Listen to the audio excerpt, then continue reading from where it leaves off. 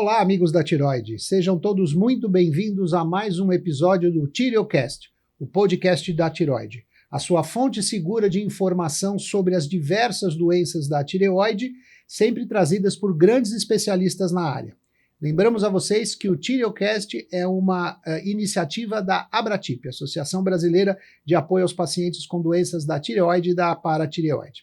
E hoje aqui nós temos uma pessoa muito especial, um grande especialista em tireoide, mas que é pouco conhecido, porque ele fica no backstage, ele fica ali nos bastidores, né, das doenças da tireoide, que é meu grande amigo, Dr. Evandro Sobrosa, patologista dos bons, né? O doutor Evandro é apenas, ele é professor da Faculdade de Medicina da Universidade de São Paulo, a USP, ele é chefe do setor de patologia do ICESP, Instituto do Câncer do Estado de São Paulo, e ele também é diretor do Laboratório de Patologia SICAP, que é o Laboratório de Patologia do Hospital Alemão Oswaldo Cruz. Evandro, muito obrigado de você estar aqui, foi difícil trazer você para cá por causa dos seus inúmeros compromissos na faculdade, no ICESP, no Oswaldo, nas aulas, nos congressos em que você participa. Eu queria te agradecer muito pela sua generosidade de estar aqui hoje com a gente.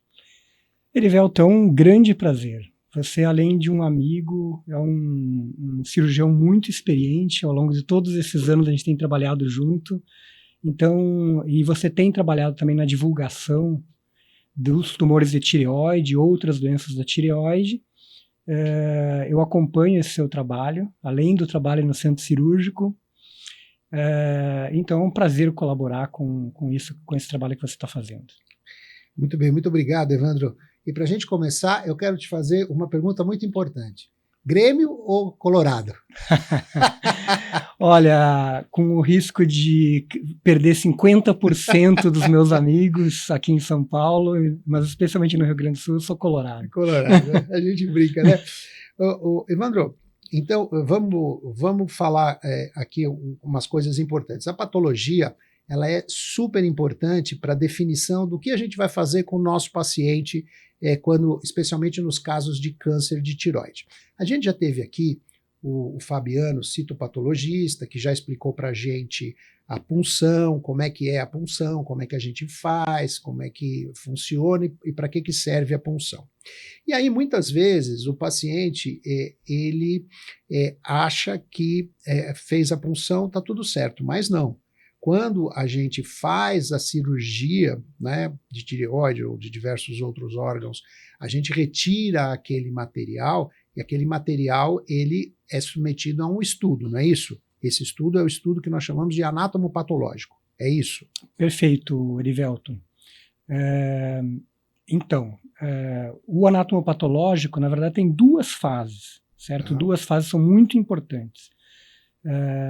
Uma que é de macroscopia, é uma avaliação a olho nu ou, eventualmente, com alguma lente de magnificação do tecido tireoidiano sem processamento. É uma fase extremamente importante, porque usualmente a gente não é capaz de examinar a peça cirúrgica na íntegra microscopicamente. Então a macroscopia é muito importante para que a gente possa selecionar as áreas que vão ser examinadas ao microscópio. E a macroscopia, na verdade, é paralela ao exame radiológico, quer dizer, o ultrassom, o outro exame radiológico que se faça, eventualmente desta lesão na tireoide, ela tem um paralelismo com o que a gente vai ver na macroscopia. Usualmente a macroscopia acaba somando aspectos, porque afinal de contas a gente está com a peça inteira, a peça cirúrgica, o que o cirurgião tirou, está na nossa mão. E depois o exame microscópico, que depende aí de processamento, demora algum tempo, posso explicar melhor se você quiser, e a avaliação no microscópio, que aí tem dezenas de diferentes fatores que são avaliados e que influenciam no tratamento que você vai fazer após a cirurgia ou até durante a cirurgia. Isso pode ser feito eventualmente durante a cirurgia também. Então tem um monte de coisa para a gente conversar, porque o que você falou é muito importante, porque a gente precisa da ajuda do patologista, inclusive durante a cirurgia. Isso é muito importante. E aí é bem interessante isso, né? Porque, como você disse, a gente não consegue, seria impossível, né, ficar analisando uma peça inteira, né? Ou, por exemplo, você tira um nódulo de tireoide lá, você não tem como ficar avaliando o nódulo inteiro. Por isso que é muito importante a macroscopia, ou seja, aquela avaliação da peça, né, em si, para selecionar essa área mais suspeita, essa área menos suspeita. Aqui eu vou ter que fazer mais lâminas de microscópio, aqui eu vou fazer menos. É mais ou menos isso a macroscopia? Exatamente, exatamente. Então, alguns aspectos da macroscopia, na verdade, são fundamentais. Então, você muito bem reportou que a escolha das áreas que vão ser examinadas é uma parte fundamental, mas alguns outros aspectos, como, por exemplo, o tamanho do nódulo, é um dado que muitas vezes é macroscópico. Então, parte do estadiamento da lesão, porque o estadiamento tem a fase clínica do estadiamento, mas o estadiamento final da neoplasia é o estadiamento patológico, ou anatomopatológico, que leva diversos fatores em consideração, mas um deles, absolutamente fundamental, é o tamanho do nódulo. Então, o tamanho do nódulo influencia, evidentemente é um dado que vem da radiologia, mas que é confirmado no exame macroscópico e depois microscópico. Porque muitas vezes esse tumor pode ser maior ou menor do que a radiologia de fato detectou. Sim. Isso é muito importante, porque às vezes a gente tem uma avaliação radiológica e não necessariamente aquela avaliação radiológica vai ser aquilo que depois é medido com régua ali, olhando a peça, medindo direitinho. E é muito importante dizer, não é, Evandro, que o que vale é o tamanho no laudo anatomopatológico. O que conta é aquilo que está ali no documento, que é o laudo anatomopatológico, que é a análise que o patologista faz, não é isso? Perfeitamente. Então, essa medida tem que ser feita de forma precisa, né? Em tumores pequenos, ela pode ser complementada com a medida ao microscópio. Em tumores maiores, o dado que vem, de fato, é da macroscopia. Além disso, por exemplo, né, hoje em dia influencia muito o jeito que o caso é conduzido, o tamanho das metástases, por exemplo. Né? Sim. Então, dependendo do tamanho, uma metástase muito pequenininha, abaixo de 2 milímetros, influencia pouco a conduta. Uma metástase acima desse tamanho passa a influenciar. Uma metástase linfonodal acima de 3 centímetros certamente influencia bastante na necessidade de alguma terapia complementar. Isso. É verdade. Nós vamos falar sobre metástase daqui a pouco, Evandro. Senão a gente vai perder aqui a nossa linha. E eu queria que você me explicasse, Evandro, aí você fez lá você fez a macroscopia. Então você olhou, você mediu a lesão, você contou eventualmente os gânglios e tal. E aí, uma pergunta que às vezes os pacientes fazem para a gente, né? Puxa, doutor, mas por que demora tanto, né? O médico, e aí é uma outra coisa que a gente vai falar, né? Que é a biópsia intraoperatória, mas o médico já não falou para o senhor na hora da cirurgia que era maligno? Por que demora para sair o laudo definitivo? Porque você explicou aqui que tem um preparo, né, para poder fazer a lâmina. Conta para a gente um pouco como é isso. Exatamente. Então, na verdade, esse preparo envolve a fixação do tecido, que é feito num fixador que é extremamente comum, mas que tem que ser de qualidade, para que a gente tenha o melhor resultado, que é o formol, atualmente formol tamponado. Isso tem um tempo para acontecer, na verdade, o mínimo numa peça cirúrgica 24 horas, mas usualmente essa fixação ocorre em torno de 24 a 48 horas. O próprio exame macroscópico tem um tempo para ser realizado. E depois da fixação e do exame macroscópico, com a seleção das áreas que vão para o exame microscópico, porque o laudo é emitido após o exame microscópico, então existe o processamento do tecido, onde o tecido tem que chegar até a parafina. Muitas vezes o bloco de parafina, né, que os pacientes às vezes vão lá para pegar, para fazer algum teste complementar que eventualmente não esteja disponível naquele laboratório, por exemplo. Mas para chegar na parafina, ele precisa desse processamento. O processamento para chegar e ele poder ser incluído na parafina, o tecido não pode ter água e não pode ter gordura. Então ele precisa ser desidratado e precisa ser diafanizado, que é a retirada da gordura. E aí a parafina vai entrar no lugar desta gordura no tecido e isso permite aí essa inclusão no bloco de parafina. E isso demora um tempo, certo? Usualmente de 12 a 24 horas esse processamento. Então, se a gente só somar os tempos básicos, mínimos aí, a gente vai ter num exame onde tudo ocorreu perfeitamente, né? Ele chegou num horário em que já é possível fazer a primeira fixação. Então, se ele chegou no final da tarde, no começo da noite, o processo provavelmente vai começar no dia seguinte. Claro. Né? Uhum. Esses tempos somados, a gente vai ter aí um tempo que convencionalmente vai ser de 3 a 4 dias. Se tudo correr perfeitamente e for um caso simples. Porque aí vem a outra questão, certo? Que usualmente é difícil do paciente se dar conta, que é o exame anatomopatológico não é feito por um equipamento, né? Como um exame de sangue, um exame bioquímico, um exame de urina, onde a gente pega a amostra e, evidentemente, às vezes precisa de algum processamento e coloca num equipamento e em poucas horas aquele equipamento cospe um resultado, né? A gente tem o resultado emitido pelo próprio equipamento. O exame anatomopatológico é altamente interpretativo, né? É um procedimento médico onde aquelas lâminas que são geradas no final, através dos cortes do bloco de parafina, tem que ser examinados pelo médico patologista. Ele olha essas lâminas. Então, tem casos que tem não tantas lâminas, tem casos que tem muitas lâminas. Essas lâminas precisam ser todas olhadas e todas interpretadas. Não tem nada escrito lá na lâmina. Então, ela precisa de uma interpretação. E acontece, num percentual dos casos, de casos que são de difícil interpretação. Vão precisar de exames complementares, vão precisar de mais cortes na macroscopia, vai precisar de algum teste na própria lâmina, vai precisar da opinião de um segundo colega.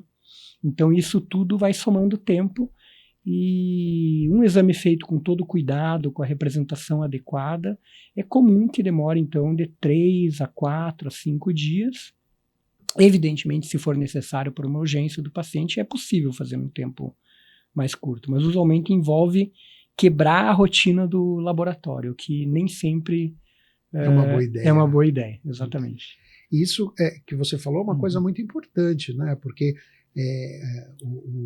o anatomopatológico, né, o resultado da análise do nódulo, da tireoide, é o final da história. Toda a nossa conduta ela vai ser baseada naquilo que foi escrito e que, evidentemente, como você disse bem, precisa de uma análise, uma interpretação do médico, né? Então, é uma coisa que depende muito do conhecimento, da experiência do médico, e muitas vezes o médico, você está lá no laboratório, você tem uma equipe de primeiríssima qualidade, então eu imagino que você às vezes chama lá alguém lá do seu time, dá uma olhada aqui, vê o que você acha, do mesmo jeito que os outros chamam, né?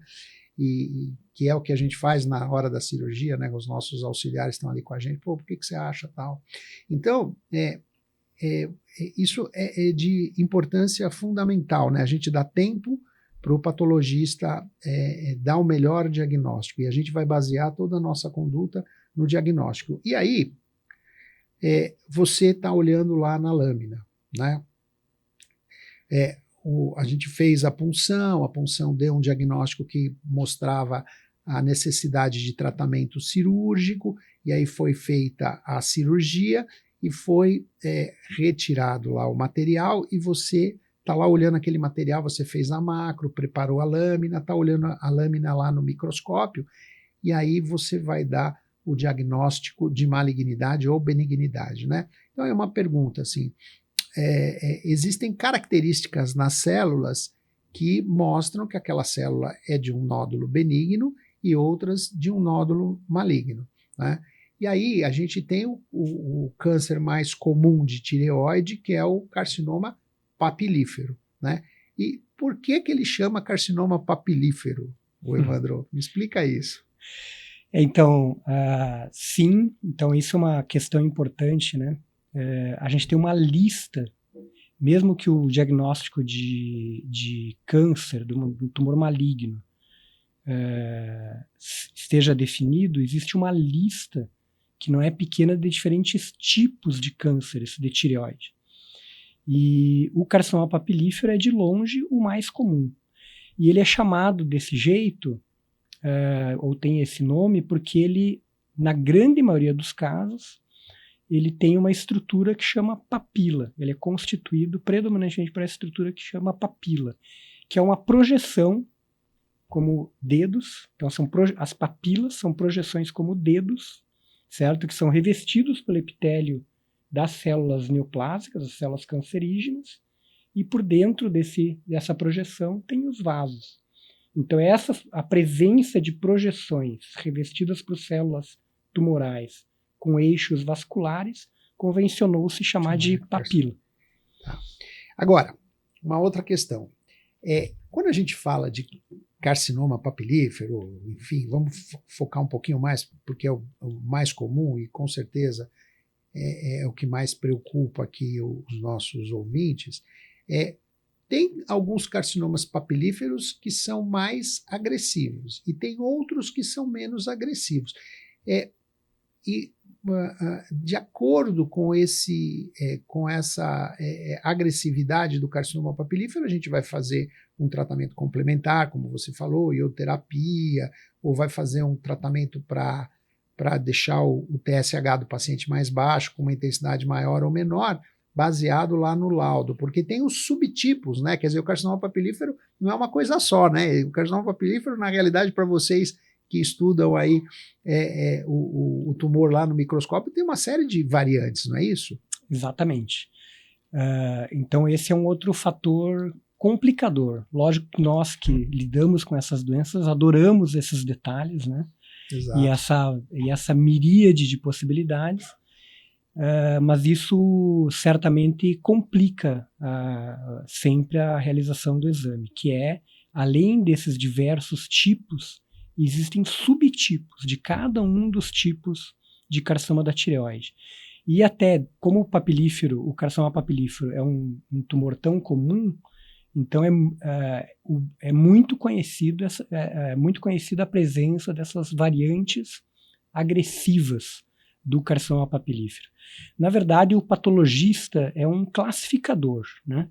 Então a gente vê vários casos toda semana e a gente percebe que um grupo deles tem similaridades entre si, né? O grupo mais comum, e outros são diferentes daquilo do mais convencional.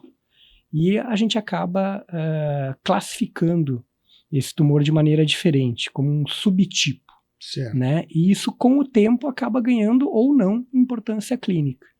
Então, sim, o carcinoma papilífero da tireoide tem o subtipo clássico, né? Convencional, o mais comum, que tem um grau de agressividade conhecido e que aí todos os parâmetros de estadiamento são predominantemente baseados no conhecimento em torno desse tumor, mas essas variantes agressivas, as mais comuns e as mais bem estabelecidas, que é a variante de células subtipo, atualmente a gente fala, subtipo de células altas e subtipo esclerosante difuso, tem vários outros. Sim. Mas esses são as duas variantes agressivas mais comuns. Elas acabam determinando que mesmo em estadios mais precoces, o clínico, o cirurgião, acabem optando por uma terapia complementar nesses casos, mesmo no intraoperatório, se o patologista for capaz de fazer o diagnóstico no intraoperatório de uma variante agressiva. Muito bem, excelente. Então, a gente classifica o tumor, então carcinoma papilífero, que é o mais comum, né? E tem um outro tipo também, que é o carcinoma folicular, que é menos frequente, né? Mas também também vem da mesma célula do carcinoma papilífero, só que ele tem um comportamento diferente, né? E esse carcinoma folicular, você me corrija se eu estiver errado, muitas vezes é mais difícil de diferenciar entre um nódulo folicular benigno e maligno. Isso dá muita dificuldade diagnóstica, muitas vezes até mesmo no intraoperatório, né? Exatamente. Então, o carcinoma papilífero, por ter essas papilas, e, além disso, ter alterações nucleares. Os núcleos deles são diferentes das células foliculares normais ou hiperplásicas da tireoide, do bócio. Então, a citologia, o Fabiano já discutiu isso aqui amplamente, é muito capaz de fazer esse tipo de diagnóstico, e esse diagnóstico é carcinoma papilífero, e no intraoperatório, pelo mesmo motivo, é fácil também de fazer o diagnóstico, né, do carcinoma papilífero.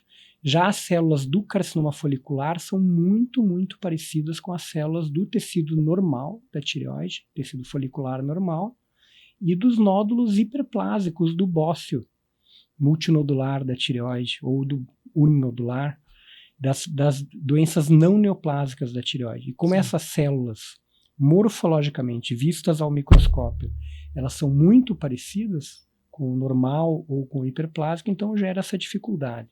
Os critérios para diagnóstico de malignidade são outros, que não são baseados nas células, mas sim na arquitetura do tumor, no comportamento arquitetural dele.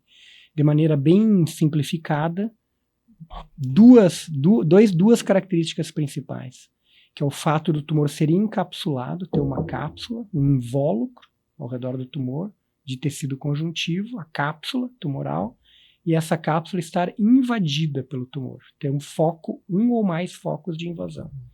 Ou o fato da gente ver ele invadindo, penetrando vasos sanguíneos. Então você vê célula do tumor dentro do vaso. Dentro do vaso sanguíneo. Então eu tenho que detectar um desses dois achados. Isso explica por que é tão difícil ou até impossível de fazer esse diagnóstico numa punção, onde a gente vê células soltas, eu não tenho os critérios arquiteturais, ou pode acontecer de eu não ver isso num exame intraoperatório, porque eu precisaria enxergar no intraoperatório esta área, onde ele está invadindo, penetrando, ou a cápsula, ou os vasos.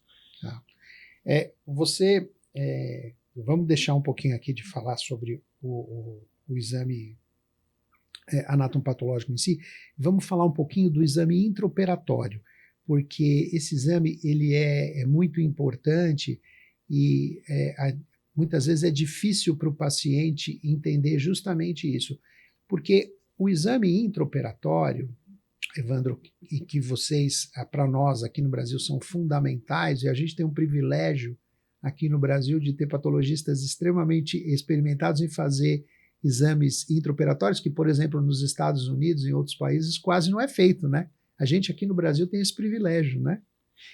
E aí, mas o exame intraoperatório, ele é diferente desse que você faz lá no laboratório, que você prepara a peça, não é isso? A gente precisa que você faça o exame rápido ali na hora para nos guiar. Então, esse exame, ele tem algumas limitações com relação a esse exame que nós chamamos de parafina, que é esse que demora, tudo isso que você explicou tão bem. E aí, como é que funciona? Como é que é o exame que a gente chama no exame intraoperatório de congelação? Primeira coisa, por que a gente chama de congelação, Evandro? Uhum. Não, perfeito. Então, até um detalhe importante que você falou foi a questão de a gente ter uma disponibilidade do patologista aqui no Brasil, né? Existe uma cultura no Brasil do exame intraoperatório de congelação das lesões de tireoide e uma resistência, especialmente nos Estados Unidos. Tem alguns países na Europa onde essa resistência não existe ou é bem menor. Na verdade, a resistência se explica até pela personalidade e pela rotina do patologista. O próprio patologista, muitas vezes, é porque ele precisa se deslocar, né, do laboratório para dentro do centro cirúrgico, e ficar à disposição do cirurgião. Então, isso, na cabeça de uma parte dos patologistas, seria algo em que ele estaria eventualmente perdendo tempo, sem se dar conta do tipo de colaboração que ele pode dar nesse momento, né? Então, felizmente, pelo menos dentro dos grandes hospitais no Brasil, como o Oswaldo Cruz, por exemplo, a gente tem essa cultura dos cirurgiões e dos patologistas de fazerem esse exame, o que muitas vezes evita, em algumas situações específicas, a necessidade de uma segunda cirurgia, né? Então, a gente pode decidir uma série de coisas ali no momento da cirurgia, com base nesse exame. E chama de congelação por quê, né? Exatamente porque não tem este tempo de fixação e processamento. A gente faz ali durante a cirurgia, um exame que demora entre 15 a 30 minutos, dependendo da dificuldade do caso, ao invés de dias, né? Já ajuda bastante. Isso, onde basicamente, ao invés de fixar e de processar, o tecido é congelado. E os cortes, ao invés de serem feitos do bloco de parafina, que precisa de todo o processamento, é feito desse bloco de tecido congelado. Né? Então, o patologista faz a macroscopia na hora, com o material a fresco, não fixado, e seleciona as áreas que ele vai examinar no bloco congelado, certo? E é muito importante que esse exame seja feito, pelo menos no caso da tireoide, certo? Em outros casos, eventualmente, não seja necessário, mas no caso da tireoide, porque onde a congelação de fato colabora com o cirurgião, exige detalhe microscópico. E por isso é muito importante que seja feito em lugares que tem criostato, certo? O criostato é um equipamento que produz cortes, uma vez que se use a técnica adequada, produz cortes muito parecidos com os cortes da parafina, do ponto de vista de qualidade, né? Desde que seja usada a técnica adequada. Equipamentos mais simples, como o criótomo, né? Onde são equipamentos menores, produzem cortes que não têm essa mesma qualidade, aí limitam o diagnóstico final que o patologista vai dar naquele momento. Entendi. Então é importante, como tem no Oswaldo Cruz e em outros grandes hospitais, que dentro do centro cirúrgico tem um laboratório de patologia, não é?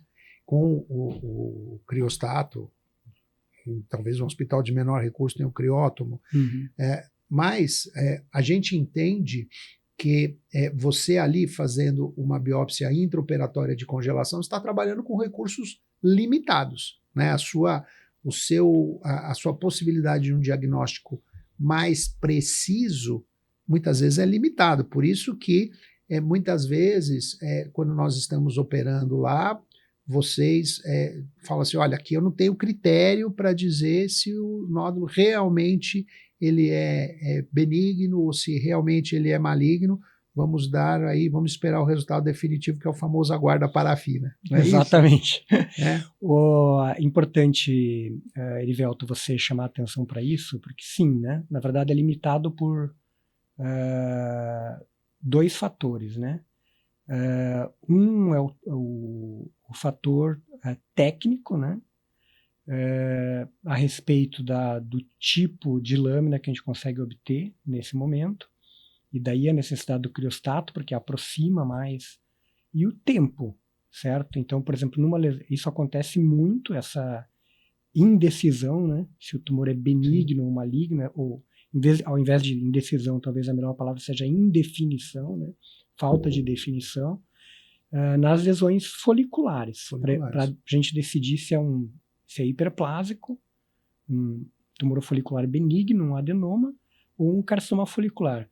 Justamente porque não há tempo para eu examinar toda a cápsula. Isso demoraria muitas horas. Certamente o benefício que eu geraria seria anulado pelo malefício, né, pelo prejuízo em termos de o paciente ter que ficar anestesiado durante tanto tempo. Então essa limitação de tempo certamente acaba influenciando bastante essa possibilidade. Sim, mas uma coisa muito importante que a gente depende e precisa muito de vocês, especialmente quando a gente está operando cânceres de tireoide, e que muda muito a conduta no intraoperatório, é quando a gente faz o exame dos linfonodos, né? Porque muitas vezes, na hora dos exames de imagem, o ultrassom, a tomografia, a ressonância, não vê nenhum linfonodo comprometido, né? E aí, na hora que nós estamos fazendo a cirurgia lá com o cirurgião, ele acha algum linfonodo suspeito, né? Fala assim, puxa, esse linfonodo aqui está com uma cara esquisita. Aí a gente precisa de vocês e aí vocês conseguem nos ajudar. Então isso pode mudar radicalmente a cirurgia, não é isso? Perfeito. Essa é uma situação até relativamente comum, né? Então o dedo ou o olho do cirurgião detecta um linfonodo que é suspeito. Evidentemente, se ele for positivo de fato, isso vai mudar a conduta cirúrgica. E o patologista está ali para confirmar, né, para que exista um grau de certeza e para que não seja, então, a cirurgia não seja maior do que o necessário, do que o necessário para aquele caso. Então, isso é uma situação que o patologista consegue colaborar de maneira muito efetiva, né, definir se de fato aquilo é uma metástase no linfonodo ou não. A gente tem uma publicação de alguns anos atrás no ICESP, onde o patologista examina durante a cirurgia qualquer linfonodo que tenha sido tirado incidentalmente. Então é muito comum isso acontecer naquela quantidade de gordura que sai junto com o istmo ali. Então que tenha inadvertidamente ou advertidamente o cirurgião tire linfonodos sem que aquilo seja de fato uma busca ativa por linfonodos ao redor. E o patologista, ao examinar esses linfonodos da região periístmica, existe uma taxa que não é nada desprezível, não me lembro o número exato agora, de detecção de metástases incidentais, então que nem tinha uma expressão macroscópica, né? E aí ele pode comunicar e o cirurgião, isso é fácil e é rápido de fazer no intraoperatório, pode ser feito no mesmo bloco que ele está examinando o nódulo, então não chega a acrescentar tempo no exame, e certamente colabora também nessa decisão do cirurgião de se vai ou não ser necessária a ampliação da cirurgia. A gente brinca lá quando o Evandro faz congelação para mim, que eu não gosto que ele venha fazer congelação, porque ele sempre acha alguma coisa na hora da cirurgia, porque justamente ele faz essa busca, tem essa experiência, tem esse cuidado, então a gente sempre acaba surpreendendo algum achado que não estava previsto, como a presença de metástases, e a gente consegue oferecer o melhor tratamento para o paciente, como ele disse muito bem, evitando uma cirurgia e fazendo a cirurgia na extensão que ela precisa ser feita, né, Evandro? Porque a gente não quer fazer uma cirurgia menor do que o paciente precisa, mas também não quer submeter o paciente a um risco desnecessário fazendo uma cirurgia maior do que o necessário, não é? Exatamente, e aqui então eu vou aproveitar que foi aberta a oportunidade de citar um dos grandes ídolos da patologia de tireoide, de algumas outras áreas também, porque ele era um patologista absolutamente fenomenal, que é o professor Juan Rosay, que foi chefe da patologia do Memorial durante algum tempo, apesar dele ser um argentino de origem italiana. Esse grande patologista, ele tinha um livro que contava a história da patologia, que era, o título do livro era Guiding the Surgeon's Hand, guiando a mão do cirurgião, certo? E eu gosto muito de dizer isso para os nossos residentes e para os jovens colegas, né? Que a gente tem que sempre estar atento para guiar a mão do cirurgião da maneira correta. Essa é uma das grandes funções do patologista, né? De que a gente, ao enxergar essas coisas, definir no momento adequado, por exemplo, no intraoperatório, a gente aí conseguir o melhor resultado, né? O melhor diagnóstico para obter o melhor resultado. Exatamente, perfeita, perfeita essa colocação, perfeita. Agora, uma coisa que você falou também e que é importante, né? E até para tranquilizar os nossos ouvintes, assinantes aqui, é que muitas vezes, como você falou, às vezes tem linfonodinhos muito pequenininhos, né? 2, 3 milímetros, que na hora que a gente tira a tireoide, eles vão juntos lá. E às vezes eles têm até um foquinho, um linfonodo de 2 milímetros, que é uma coisa ínfima, que só consegue ser visto assim com propriedade no exame microscópico. Ele tem um foquinho de 1 milímetro, né? Tem uma infiltração. Né? Isso não necessariamente implica num pior prognóstico ou numa necessidade de um tratamento complementar, alguma coisa assim, não é isso? Perfeito. Na verdade, isso é uma adição não tão antiga, né? É relativamente recente no estadiamento do câncer de tireoide, que é o tamanho das metástases importa bastante, né? Em outras neoplasias como câncer de mama, a gente já tinha definido que metástases abaixo de 2 milímetros, que são micrometástases, de fato não adicionam prejuízo, né, em termos do prognóstico do paciente. Isso tem se refletido também nos tumores de tireoide. Assim como metástases muito grandes, acima de 3 centímetros, e aí lembrando que a macroscopia é fundamental para a gente fazer essa medida, né? Não é algo que a gente veja no microscópio, é algo que a gente vê no... Então, também adiciona em termos de estadiamento e de prognóstico para esses pacientes. Entendi. Então, tudo isso é muito importante para a gente entender como funciona. Agora, vamos perguntar outra coisa para você também, que às vezes, né, o paciente ou o médico, ele recebe um laudo anatomopatológico e ele tem alguma dúvida, ele fala assim, puxa, não era o que eu esperava, né? Às vezes numa punção, enfim. Aí ele quer ouvir, como você mesmo disse, uma segunda opinião, né? E aí o paciente fala assim, poxa, mas eu vou precisar fazer uma outra biópsia, eu vou precisar... como é que funciona? Ele falou, não, você pode pegar o material da biópsia e levar para um outro patologista, né, para ouvir uma segunda opinião de um outro patologista. Isso é uma coisa comum, não é? É uma coisa muito comum, né? Atualmente acontece assim com bastante frequência.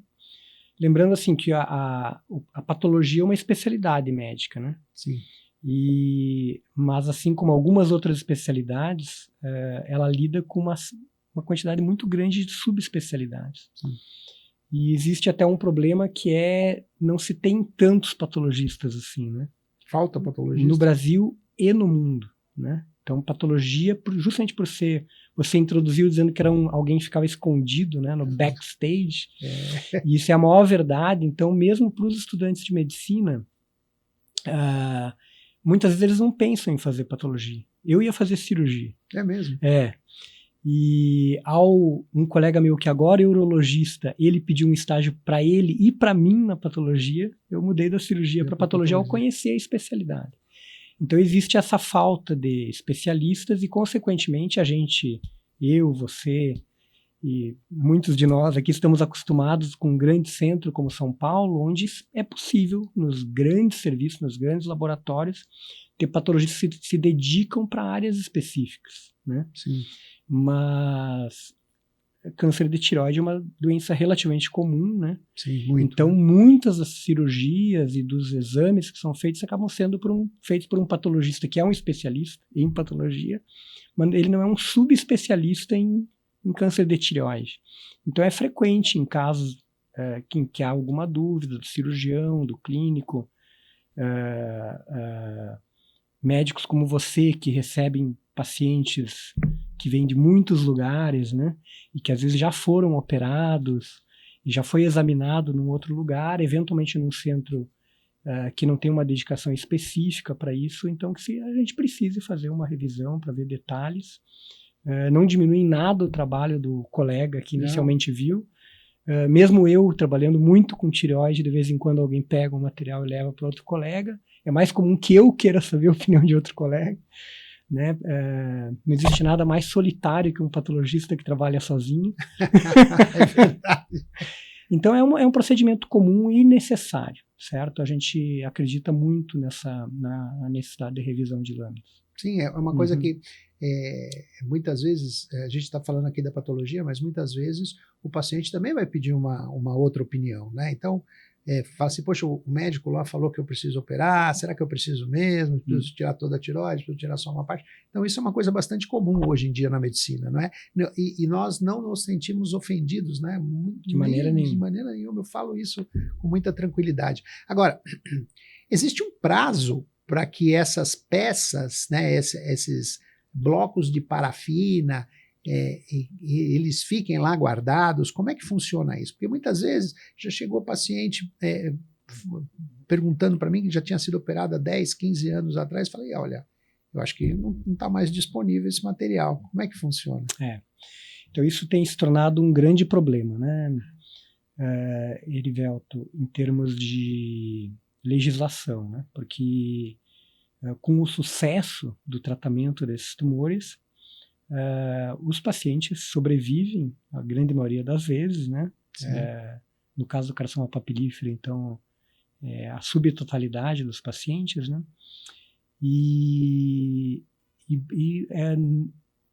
vez que outra, durante o ano, nós vemos recidivas tardias desses tumores, né?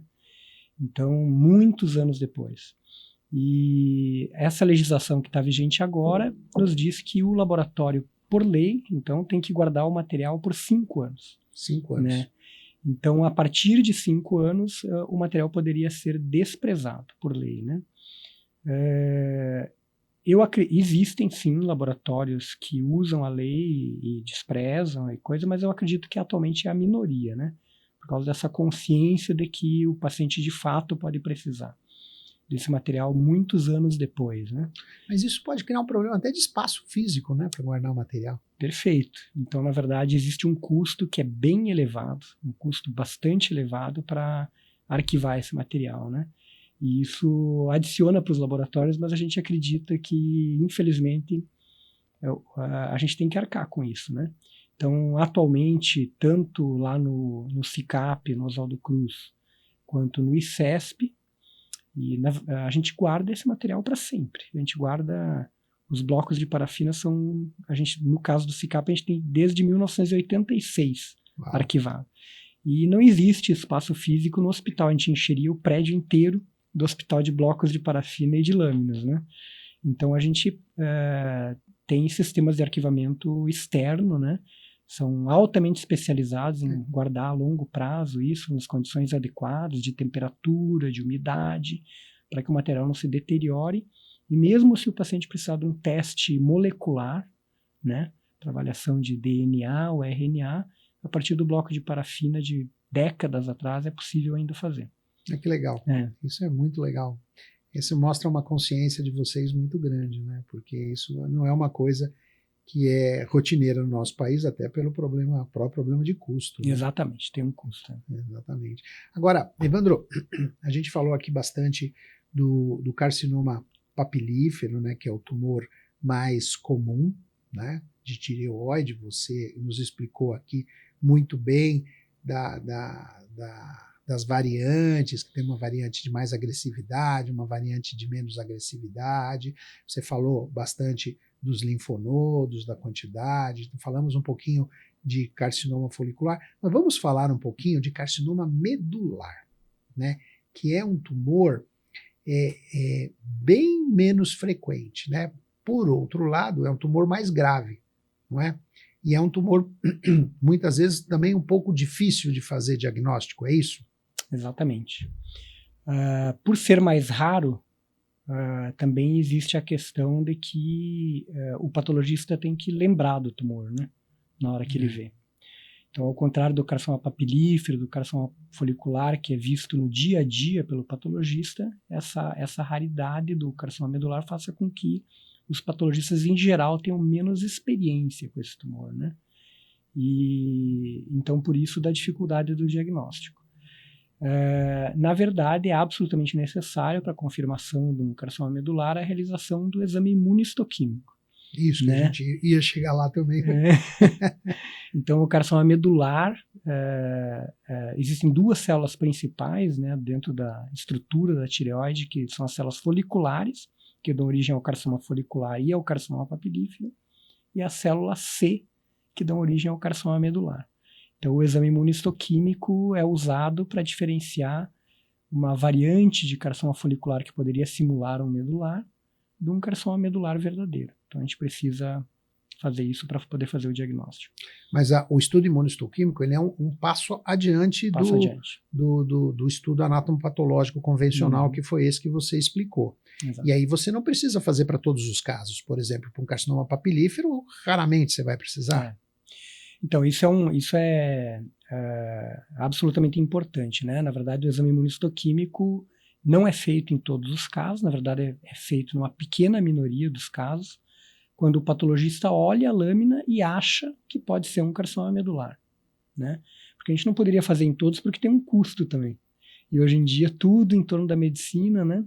A gente tenta fazer sempre o melhor para ter o melhor diagnóstico, a melhor cirurgia, a melhor terapia posterior, mas sempre tentando minimizar os custos, né, para não onerar o sistema e não onerar os próprios pacientes, quando são eles que estão pagando por isso.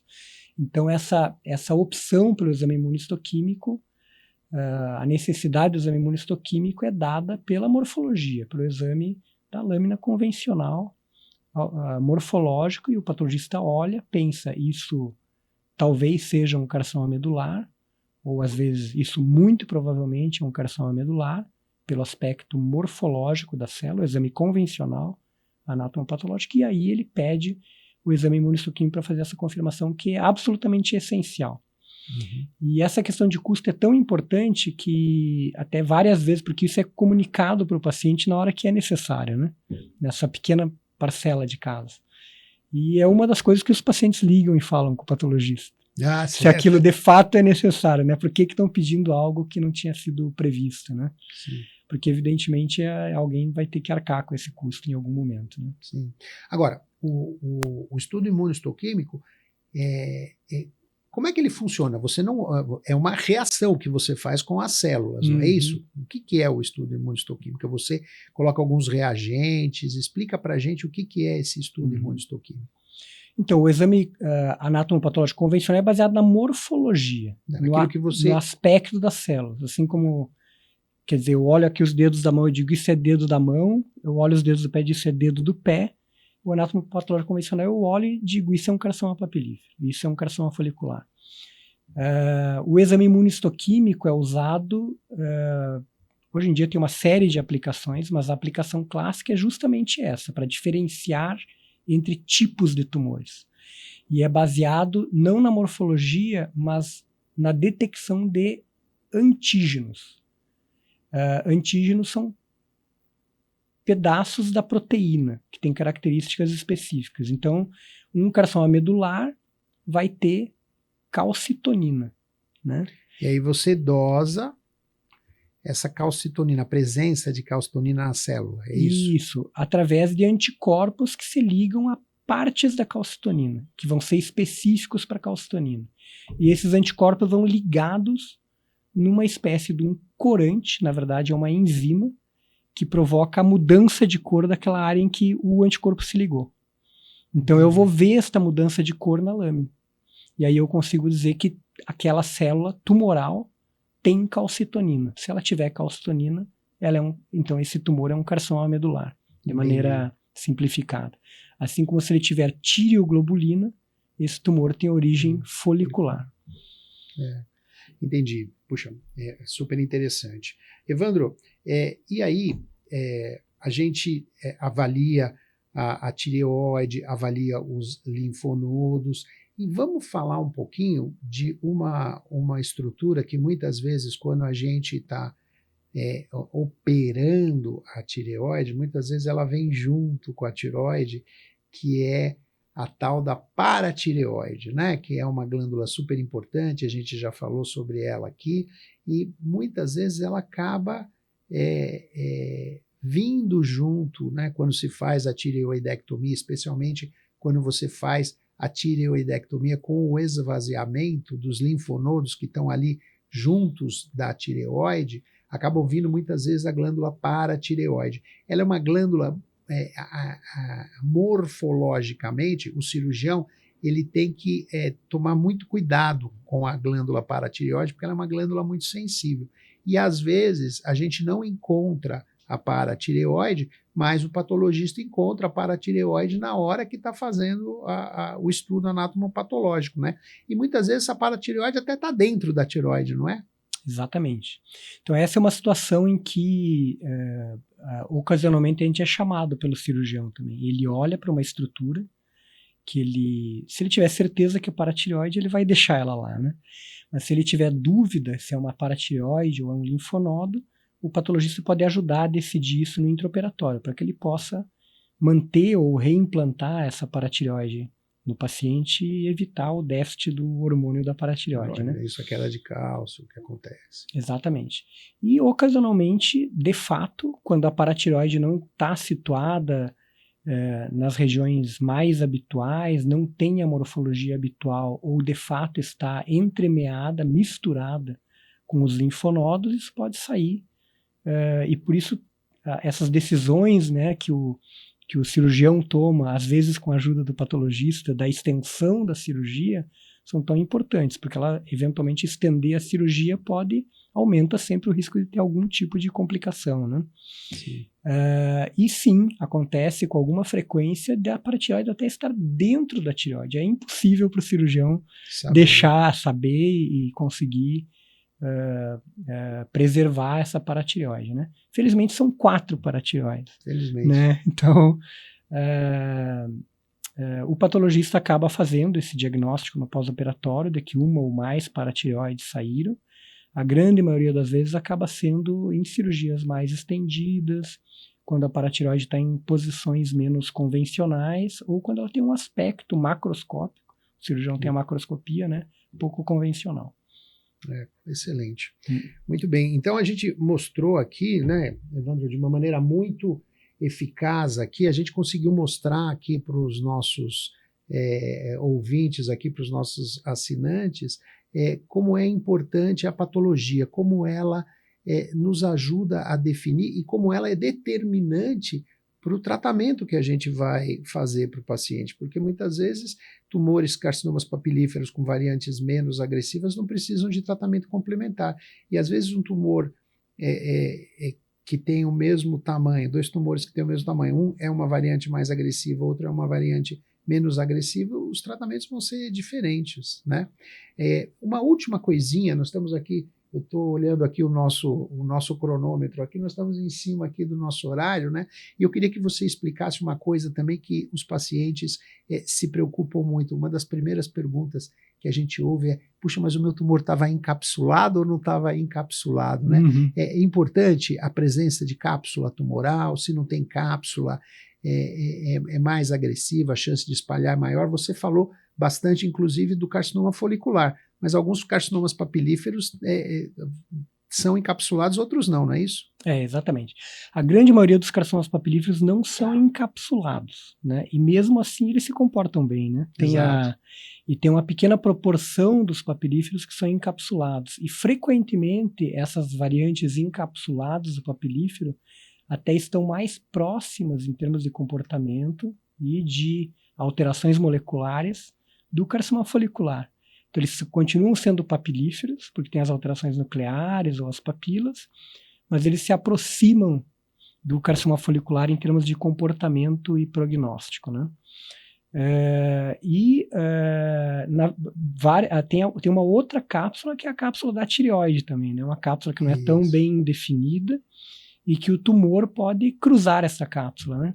Então o patologista também faz parte da tarefa dele ao examinar essa peça, saber se o tumor cruza a cápsula da própria tireoide, invade os tecidos peritireoidianos. Quanto mais ele invadir esses tecidos, mais o cirurgião e o clínico depois vão ter que apostar em complementações eventuais desse tratamento, né? Existe uma série de variáveis aí que poderiam ser avaliadas. Perfeito. Puxa vida, conversa boa, hein? Passou rápido, hein? Olha só. Eu acho que a gente conseguiu englobar o principal, né? Conseguiu dar uma visão geral aí para todos da importância da patologia, né? Da experiência do patologista no diagnóstico das lesões da tireoide. E eu gostaria, Evandro, de te agradecer imensamente pelo seu tempo aqui, pela sua disponibilidade, né? Por compartilhar aqui com a gente esse teu conhecimento gigantesco aqui em patologia, especialmente. Eu sei que você tem outras paixões além da tireoide, mas especialmente em tireoide aqui, né? E te agradecer, né? E já te convidar para um segundo podcast aqui, para um segundo Tireocast, num outro momento, para a gente continuar essa conversa aqui. Erivelton, um enorme prazer. Eu agradeço o convite, eu fiquei muito satisfeito de ter essa conversa aqui. Você está sendo responsável por tirar o patologista do backstage, né? Trazer aqui para as luzes do Tireocast. E é um prazer, né? Eu acho que o patologista, apesar de estar lá escondido no laboratório ou participar no centro cirúrgico no momento que o paciente está anestesiado, né? Eu concordo, tem um papel importante no tratamento dessas doenças, né? E a gente fica feliz em divulgar esse papel aqui com os pacientes. Muito obrigado. Eu gostaria de agradecer a você que esteve aqui assistindo aqui o nosso TireoCast, o podcast da Tireoide, convidá-lo a assistir a todos os programas que estão disponíveis no Spotify e no YouTube. É só acessar Abratip TireoCast, compartilhe este vídeo com as pessoas que você sabe que têm interesse em tireoide e lembrar que o TireoCast é uma iniciativa da Abratip, Associação Brasileira de Apoio aos Pacientes com Doenças da Tireoide e da Paratireoide. Não se esqueçam, a moda é cuidar da tireoide. Um grande abraço e até a próxima.